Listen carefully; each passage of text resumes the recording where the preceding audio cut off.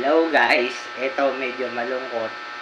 Kukunin ko na yung last pay ko dun sa former sub ko na pinanggalingan ko. Tinanggal ako na alanganin eh. Inunahan ako dun sa plano ko. Finding work job na naman. Ngayon magbe-bare months pa talaga ako natanggal. Pero may ano naman ako.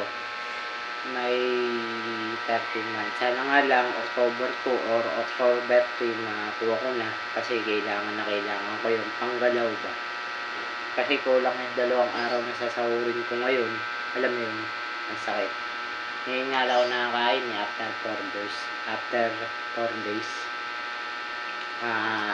Yun lang. Full watch, comment, subscribe, bell, all alam na, harap na, showing vlogs. Pinipilit ko lang umiti, pero syempre masakit na mawalan trabaho. Rented ako eh.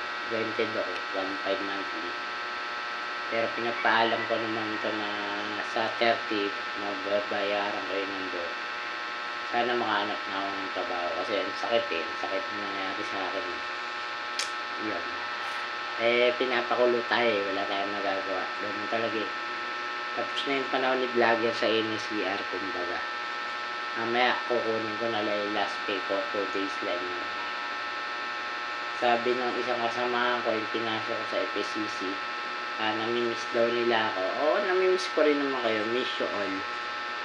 Yung kung kanino ako galit, akin na lang yun. Hindi nyo na dapat malaman yun. Kung sino kayo nagpatanggal sa akin, may karma rin kayo. Tandaan nyo yan. Hindi sa lahat ng oras sasang-ayon sa inyo ang panahon. Balang araw papabor din sa akin ang panahon. Hindi man ngayon, trust the process, kumbaga. Bye-bye.